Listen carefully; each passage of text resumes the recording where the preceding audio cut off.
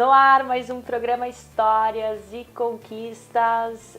Hoje nós vamos compartilhar com vocês a trajetória profissional do diretor da Jasper Entretenimento, o empresário Ivan Jasper está aqui conosco. Ivan, seja muito bem-vindo ao nosso programa, muito obrigada pela sua disponibilidade. Eu que agradeço, Larissa. Agradeço a oportunidade de estar podendo vir compartilhar um pouco do core business, das coisas que a gente faz. E que é uma trajetória bastante curiosa, interessante. A Jasper Entretenimento existe há 24 anos, isso? Desde 1994? Desde 1994. Você é formado pela Univale em Comércio Exterior. Comércio Exterior. Pode contar um pouquinho pra gente? Bom, até foi curioso, né? O primeiro evento, né? Porque a Jasper Entretenimento, ela trabalha com, hoje, ela está focada em compartilhamento de inteligência. Mas a própria palavra entretenimento, né, que do latim entreter, que significa estar junto, né, ele suscita a atuação de as pessoas poderem estar junto e terem, de certa forma, alguma diversão, sendo mesmo ela cultural ou mesmo de uma forma que as pessoas podem se divertir através de música, enfim. Se a gente for voltar lá atrás na palavra entretenimento, né, na antiga Roma, entretenimento era o Coliseu e quando as pessoas eram jogadas aos leões. Depois, isso foi mudando ao longo do tempo. Na França, no século passado, entretenimento virou as casas de espetáculos. E os americanos aprimoraram isso consideravelmente através da sétima arte, do cinema, enfim, tantas outras formas de entretenimento. Então, hoje a Jasper Entretenimento, ela trabalha também com compartilhamento de inteligência, que seja com palestras. Mas a minha história, desde 1994, né, quando a gente começou a empresa, ela começou por um acaso também a questão dessa área de eventos. Como tu mencionaste, eu fazia faculdade de comércio exterior na Univale. A gente teve o privilégio de visitar todo o Mercosul. A gente foi em 2 ônibus, fomos em 80 estudantes. E depois de ter visitado Uruguai, Argentina, Paraguai e Chile, a gente queremos conhecer o mercado europeu de comércio exterior. Como é que a gente vai fazer? A gente não tinha grana, estudante, mal conseguia pagar a faculdade. E decidimos que iríamos fazer um evento. Olha só. Que a gente iria, então, fazer um evento. Bom, então, junto com o Centro Acadêmico de Comércio Exterior, a gente resolveu contratar uma banda chamada Skank. Olha. E fizemos isso. Só que o Centro Acadêmico não estava juridicamente constituído. Então, disseram, Ivan, coloca no teu nome o contrato. Bom, eu aceitei e coloquei no meu nome. Só que chegando pouco tempo antes de fazer o show, a turma disse, nós não queremos mais fazer o show. Eu disse, gente, está no meu nome. Está no meu nome, tem uma multa de 20%. Né? Na época era $18.000. Como que eu vou pagar isso? $3.600. Não tem nem condições. Bom, a água bateu na bunda e eu disse, beleza, eu resolvi fazer o show. Fiz o show, foi um sucesso. E dali adiante eu disse, nossa, eu vou fazer isso. E comecei a fazer. Então trabalhei com bandas nacionais e com muitas bandas internacionais, importava banda. Né? A gente trouxe uma série de bandas depois para o Brasil, para a América Latina. Eu trabalhei com esse processo. Muitas bandas australianas, como Australian Crow, Alanis Morissette, Simply Red, enfim. Outros shows internacionais que eu acabei trazendo. Então o início da Jasper Entretenimento foi justamente trabalhar com produção e realização de shows de bandas. E depois que você acabou migrando para essa área do show business, que é o compartilhamento de inteligência. Exatamente.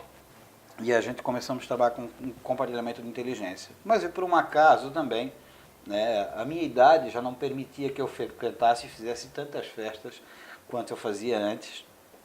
E até por uma questão de filhos. Sim, claro. Eu queria vivenciar eles, né, estar presente com eles. Porque quando tu trabalha com festas, com bandas, enquanto as pessoas se divertem, tu trabalhas. Então, cruel, né? É final de semana, é Natal, é Páscoa, é Ano Novo. Sabe? Então, justamente nesse período. E eu queria poder curtir isso. E como eu sempre tive essa paixão pelo conhecimento, eu comecei, e aí a gente migrou em 2012, a começar a trazer palestrantes, né? Então, Mário Sérgio Cortella, Leandro Carnal, Clóvis de Barros Filho, enfim, tantos outros que ao longo desses anos eu comecei a trabalhar com eles e a trazer essas pessoas e trabalhando com essa área de compartilhamento de inteligência. Eu mais ou menos sei o risco, muitas vezes, que é você trazer um palestrante e não conseguir lotar o público. Sempre deu certo? Não. Teve Claro que não. Nem bandas, nem Eu sei que você fez várias palestras grandes, né? Eu já fui, inclusive, numa palestra sua do Mário Cortella, teve a República dos Filósofos ano passado. Exato. Mas teve momentos desafiadores, então? Não, gente, é um negócio como qualquer outro. É como tu comprar um produto e tu trabalhar uma série de coisas ao redor dele e tentar revender esse produto. É isso que se faz. Então, eu compro no varejo e tento vender no atacado, né? Então, é isso que faço. É um produto como qualquer outro, né? Então, é um risco, né? E esse risco, só que tu não pode comprar em consignação isso, quando tu for comprar um produto. Cara, os cachês dessas personalidades são todas antecipadas, né? Tu tem que enviar todos os custos antecipados, tem contratação de espaço. Então, existe uma série de situações nisso que tem que ser levado em conta antes de tu arriscares a fazer um evento desse. Já perdi muito, né? Bandas sobre decisões, vou falar de bandas, né? Então, meu Deus, eu tinha feito 3 shows logo no início da carreira, fiz com o Skank, fiz com Cidade Negra, fiz com o Gabriel Pensador, então estava indo tudo muito bem. Me ofereceram uma banda chamada You Can Dance, faz muitos anos, os caras dançavam na Xuxa. Acho que eu Gente, me lembro. não deu nada, eu tomei um prejuízo aí, nossa. E uma outra decisão de um sertanejo, que também é muito bom, né? Zezé de Camargo e Luciano, eu resolvi fazer em Porto Belo, mas eu fiz num domingo. E não levei em conta que todos nós nos preocupamos em trabalhar na segunda-feira, né? E também não foi bom. Então, se chove num show, danou-se. Então, assim, tem uma série de situações que elas são, que implicam nisso. Já tu trabalhar com uma palestra, dependendo do teu network, né, tu consegue trabalhar com venda de pacotes para uma série de empresas antes, trabalha com valores mais tranquilos, né, e tu consegue fazer com que se converta isso. Entendi. Hoje eu sei que você é o idealizador, o diretor da ONDM, que é o maior evento de moda em termos de compartilhamento de inteligência. Como que começou esse evento? Eu sei que também foi um pouco desafiador, pelo que você me contou nos bastidores. Bastante. Em 2013, nós resolvemos trazer para Santa Catarina o Paulo Borges. O Paulo, ele é o criador e o gestor de um evento chamado São Paulo Fashion Week, que é uma referência hoje, maior referência das Américas, é o maior evento hoje. Naquele momento eu achei que, vamos contratar o Paulo e vamos lotar esse espaço e vai ser uma coisa muito rápida. Isso eu fiz em Brusque, né, esse evento com ele. E não foi assim. 3 meses antes eu tentava vender ingressos e tentava conversar com as pessoas e não rolava, as pessoas não conheciam o Paulo Borges e não tinham obrigação de conhecer. E aí eu fui obrigado a entender um pouco mais do nosso mercado, né? Boa parte das pessoas que trabalham no têxtil, elas não têm um conhecimento acadêmico, mas eles entendem perfeitamente qual a composição de cada material que tem, como se faz uma melhor costura, são exímios na questão fabril. Então, nesse momento eu tive que ser aquele vendedor de porta em porta, colocar toda a apresentação do Paulo debaixo do braço e fui visitar empresa por empresa. Gente, e aí eu conheci um universo que jamais sonhava que existia. Eu não sou da área de moda, eu sou da área de gerenciamento de projetos. E nesse momento eu vi que, tem um gap, tem um espaço para que a gente possa fazer uma coisa fantástica. De a gente unir todos os grandes nomes de Santa Catarina, depois do Brasil, que fazem esse negócio acontecer. Por exemplo, de um segmento ao outro, desde uma empresa que transforma o algodão no fio, aquela que faz um catálogo, um fashion film, existe ali 303 que a gente conseguiu elencar, tipos de empresas bem distintas uma da outra dessa área têxtil, né? Aquele que só faz o botão, aquele que só faz o tecido, aquele que tinge o tecido, aquele que faz a costura, enfim. É um número fantástico de empresas, cada uma segmentada, que existe em nossa região. Principalmente quando eu vou para o Vale do Itajaí. Então, que a gente pega ali forte, começando em Luiz Alves, Blumenau, Pomerode, Ascurra, vou até Rio do Sul, aí pego o Jaraguá. E com isso eu acabei descobrindo que Santa Catarina não é só nessa área têxtil e calçadista, só esse espaço aqui. Acabei percebendo que existem tantos outros lugares, mas que a gente não se conversa entre si. Então o ANNM, ele surgiu a partir de uma curiosidade e que se transformou no evento que é hoje. Qual foi o maior evento que você já fez? Que eu fiz? Acho que foi o Brasília Music Festival. Quantas pessoas? Eu acho que eram 45 mil pessoas, 45, 50 mil pessoas. Uau! Aonde que foi? Em Brasília. Brasília. E o que foi de desafiador? Assim, muda o número de pessoas? Quanto maior, mais difícil é? Não, o cuidado para tu realizar o evento é tu se embasar em todos os custos e ter todas as necessidades possíveis. Né? Então, tu conseguir atender. Então, eram muitas bandas internacionais.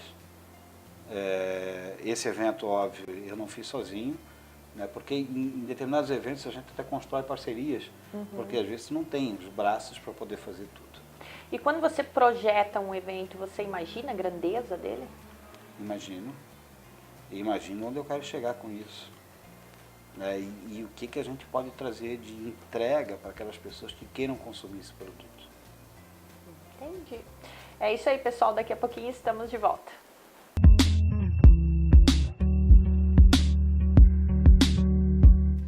Estamos de volta hoje conversando com o Ivan Jasper, ele que é o diretor da Jasper Entretenimento e está compartilhando um pouquinho dessa trajetória profissional e dos desafios dessa área de eventos, que muitas vezes pode ser surpreendente. Você imagina que vai dar 50 mil pessoas quando vê, dá só 10. Ele estava nos compartilhando de alguns shows, inclusive, que ele fez, que chove, acaba não dando o número de pessoas que você imagina. Tem alguns errinhos que às vezes eu imagino que a pessoa comete, tipo, pensa num show no domingo, como tu colocou, e aí na segunda Sim. o pessoal trabalha. Não, erros às vezes, no primeiro momento tu acha que está certo, mas erros infantis, né? Então isso foi ruim. Claro, naquele momento o prejuízo financeiro tu se dói porque é aquele momento que tu vive, né? E parece que, tudo é errado, tal, para mim. Só que isso serve como um aprendizado incrível. Então, para que isso, hoje já mais na maturidade, a gente não cometa erros infantis, né, como esses. São situações que a gente acabava não vendo. Eu imagino que é exatamente isso. Com a maturidade, esse tipo de erro você não comete mais. Exato. Que conselho que você se daria se você pudesse voltar ao tempo? Se eu pudesse voltar ao tempo? Nossa. Gente, que eu não fosse tão... a palavra entusiasmado não se adequa aqui, mas apaixonado, né, por uma ideia e já querer fazer. Sabe? Que tivesse mais o gerenciamento desse projeto antes. É impulsivo assim? Exato, obrigado. Isso mesmo, impulsivo. Cara, me apresentava tal, isso aqui. Aí vai dar certo, vai dar certo. E essa questão de ir fazendo, sabe? Que isso tem muito a ver com essa questão da paixão, acho que do brasileiro, da gente ir fazendo e não se preparar. Então, com o tempo eu aprendi que a preparação, planejamento, né, o planejamento, o gerenciamento antecipado, quando, como, né, o 5W2H, que seja, né, hoje da administração e tudo, que a gente aplique isso. Então eu não aplicava isso, eu já ia fazendo e depois, vai dar, vamos ver como é que dá. E algumas coisas deram certo, muito pela paixão. Então quando a gente fala de bandas, né, eu contratava algumas bandas por paixão, porque eu gostava. Né, então eu gosto. Então, e como eu trabalhava com essa questão de eventos, eu trouxe algumas bandas antes do tempo de elas estarem maduras no mercado. Eu vou citar duas, né? O Charlie Brown Jr., né? Quando lançou o primeiro CD, meu Deus, eu contratei os caras logo. Os caras, era eu que conhecia, boa parte do mercado não conhecia ainda. Né? Porque quem trabalhava com isso era obrigado a estar à frente do seu tempo. A mesma coisa uma outra banda brasileira, o Rapa, né? Então assim... Não tinha estourado ainda? Não, as duas não tinham estourado. Então eu fiz os eventos, mas eles, não que houvesse uma perda financeira, mas eles foram frustrantes, perto da minha expectativa, né? Uma outra banda, Mamonas Assassinas, né? Logo no começo fiz um contrato, também não. E aí daqui a pouco deu um mês. Disse, puta merda, por que não foi na minha vez? Mas, assim, são situações que eu teria trabalhado com mais tranquilidade hoje. E uma grande conquista profissional, a maior de todas? A maior de todas ela está acontecendo, né, que é o ONDM, que é o Evento Negócio da Moda. De a gente conseguir reunir o empresariado catarinense, o empresariado do Sul, o empresariado do Brasil. De trazer todos eles para discutirem boas práticas dentro de um espaço que hoje acontece no Mariaça, ali em Camboriú, né? De trazer durante 3 dias pessoas desses segmentos. Então, assim, de a gente conseguir chegar em pessoas que tu só vias na imprensa, tu só vias na TV, e tu saber que essas pessoas hoje querem fazer parte do casting. Elas querem fazer parte, elas querem poder estar no palco. E tu pode falar um pouquinho dessa edição de 2018? Tu estava me falando de alguns palestrantes, eu acho extremamente interessante até para o pessoal saber. Posso. Alguns nomes nós já temos confirmados, mas a gente vai lançar isso só no início de agosto, todos os nomes, e é uma estratégia de marketing, isso, né, de a gente lançar em doses pirulares os nomes, né? Nós teremos de 50 a 60 nomes nesse evento desse ano. Então, alguns nomes, assim, a gente vai ter a Tânia Otranto, que dirige um grupo chamado MKT Mix, uma das maiores assessorias de imprensa hoje do Brasil. Ela vai me falar sobre a influência das influencers, isso é, né, de como está esse universo hoje. O Juliano Donini, que é do grupo Marisol, o Cláudio Grando, que é o presidente da Câmara da Moda da Fiesc, aqui de Santa Catarina, a Ana Hickman, né, que hoje ela e o Alexandre Correia, ela e o esposo dela, vão me falar sobre a questão do licenciamento, né? Ela, como ser vivo, ela é fantástica vendendo o licenciamento, porque normalmente a gente só tem quem mais vende hoje licenciamento no Brasil é a Disney, estourado, né? Então os personagens Disney, depois vem Marvel, ela é sempre a sexta ou a sétima, mas ela não é um personagem, ela é um ser vivo. Então essa de como trabalhar com isso, né? E como ela consegue se vender dessa forma. Nós fechamos também com o Rony Mesler. Rony é o proprietário, um dos sócios de uma marca chamada Reserva, lá do Rio de Janeiro, né, e que trabalha com a questão do capitalismo consciente, que é muito interessante, né, essa metodologia de trabalho. Nós teremos também o André Carvalhal, né, ex-marketing da Farm, né, que hoje está dirigindo a Alma, uma marca que tem a ver também com Rony Mesler. Chiara Gadaleta, que é da Ecoera, um francês chamado Fabien Darche. Fabien, ele vem falar sobre todo o design que acontece antes dentro dos automóveis. Ele dirige o grupo Citroën e Peugeot, né, que é do grupo PSA. Enfim, além desses nomes, tem tantos outros que eu não me recordo agora, né? Mas isso eu posso falar que a gente já está anunciando, já vai anunciar. No site, se for ver, não está ainda, mas são nomes já confirmados, e teremos outros tantos nomes. Então são 60 palestrantes, em torno de 60 Em torno de 60. Em 3 dias? Em 3 dias. Porque como que a gente trabalha lá? Então, existe um palco que a gente tem para até 800 pessoas, e um outro que é para 50 pessoas, e um outro que é para 20 pessoas. Tudo isso acontece concomitante. Esse de 50 é um filtro do filtro, isso é. Por exemplo, nós teremos lá nós nos conhecemos através da Frederica Richter, né? Então nós teremos um bloco lá de Fashion Law, nós teremos bloco lá sobre sessões de crédito, nós teremos blocos no Glow Stage, que é esse outro palco, né? Nós teremos sobre visual merchandise, storytelling, né? E como teremos oficinas para aquelas 20 pessoas também. E qual que é o público-alvo? O público-alvo é aquele que tem processo decisório dentro das empresas, ou aquele que quer consumir muito network e conteúdo. Porque o que acontece? O evento hoje ele é baseado no compartilhamento de inteligência. Mas através dessa atração das pessoas que compõem essa rede, que é um desafio diário, né, para quem trabalha com moda, tu não para nunca, fiz isso aqui e está pronto. Não, peraí, daqui agora já tem que ir para outra coleção, mudar isso, e tem custos, pega uma greve de caminhoneiros, pega isso e agora, sabe? Uma série de situações que implicam nisso. E essas pessoas têm o prazer de poder estar lá e poder compartilhar isso. Então, de uma palestra em outra, o evento ele tem 8 horas de duração diária. Dessas 8 horas, 4 horas e meia são de palestras, compartilhamento de inteligência, e outras 3,5 são de networking. Isso é, eu quero falar, por exemplo, ano passado a gente tinha o Ronaldo Fraga, que é um estilista.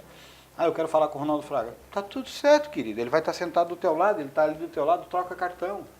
Sabe? Então é isso, de a gente fazer a coisa acontecer. Dá essa possibilidade. Ou quero falar com o Flávio Rocha. Flávio Rocha é o CEO da Riachuelo, do Grupo Guararapes. Na verdade, agora ele está afastado momentaneamente, porque ele é pré-candidato a presidente da República.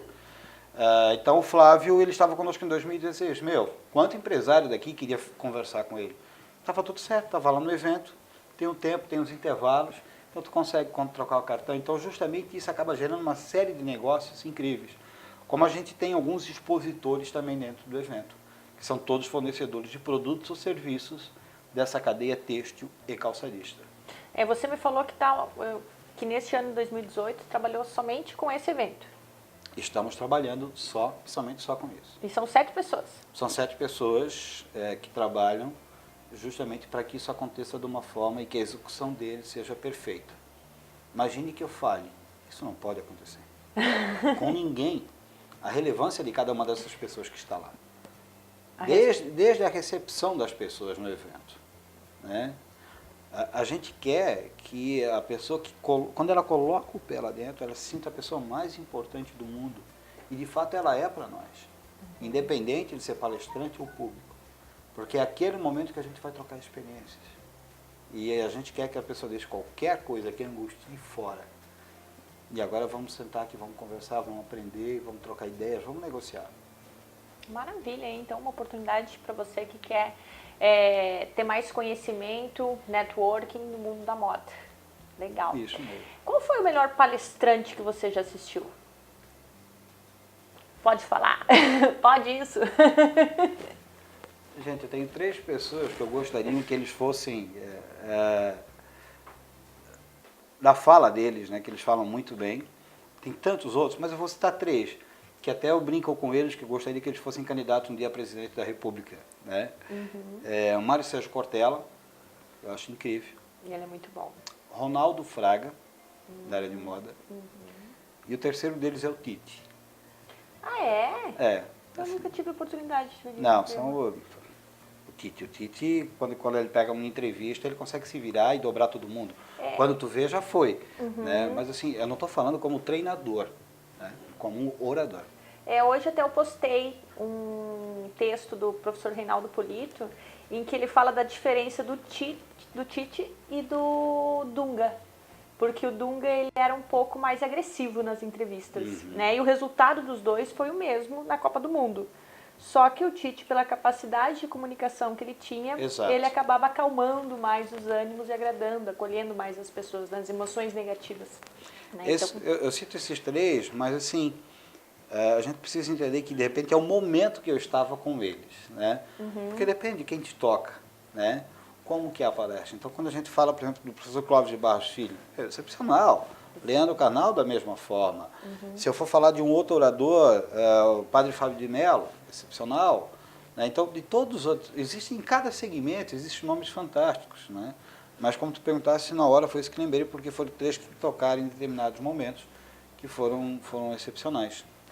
Ivan, para finalizar o nosso programa, você tem uma dica para dar para o nosso telespectador, para ele realizar os seus objetivos profissionais? Claro. Sonho é primordial. Né? Eu saber o que eu quero, qual o sonho, mas escolha um, não os 10 sonhos. A gente tem tantos, escolha qual o sonho que eu desejo mais. E aí a gente precisa trabalhar para chegar nisso. Né? Porque assim, não é só sonhar, né? Esperar que a coisa vai acontecer. A gente precisa evitar esforços para que isso aconteça. E fazer um planejamento passo a passo. Como que eu vou fazer para chegar lá? É possível? Antigamente a gente ouvia dizer que existiam 6 graus de separação até uma pessoa que você quisesse chegar. E era verdade. Hoje esse número já está em 3,21. Por que isso? Porque hoje nós temos uma coisa muito fácil, que são as redes sociais, que a gente pode ter acesso às pessoas. É né? verdade. Então, que seja através do Face, que seja através do LinkedIn, quando a gente fala de negócios, né? Que seja através do Instagram, quando a gente quer trabalhar muito a questão de imagem. Então, é muito mais simples. Né? Eu, no meu caso, quando eu quero chegar em determinadas pessoas, né? Então, isso já está muito mais fácil. Mas tu imagine há 10 anos atrás, tu quereres conversar, por exemplo, com o próprio Flávio Rocha, né? Um grande nome, um grande empresário. A dificuldade que seria. E tantos outros nomes. Ou o professor Cláudio de Barros Filho. Nossa! Né? Então, há bem pouco tempo atrás, isso era um desafio poder chegar nessas pessoas. E hoje, é muito mais simples. Ivan, muito obrigada pela sua participação. Eu que agradeço. É um prazer conhecê-lo. Com certeza quero estar presente na Por favor. UNTM. Por favor, Larissa, obrigado pela oportunidade, obrigado por poder estar compartilhando um pouco do que a gente faz e espero que vocês também possam participar conosco dos nossos eventos, e esse ano principalmente do ANDM, que acontece nos dias 18, 19 e 20 de setembro no Mariás Camboriú.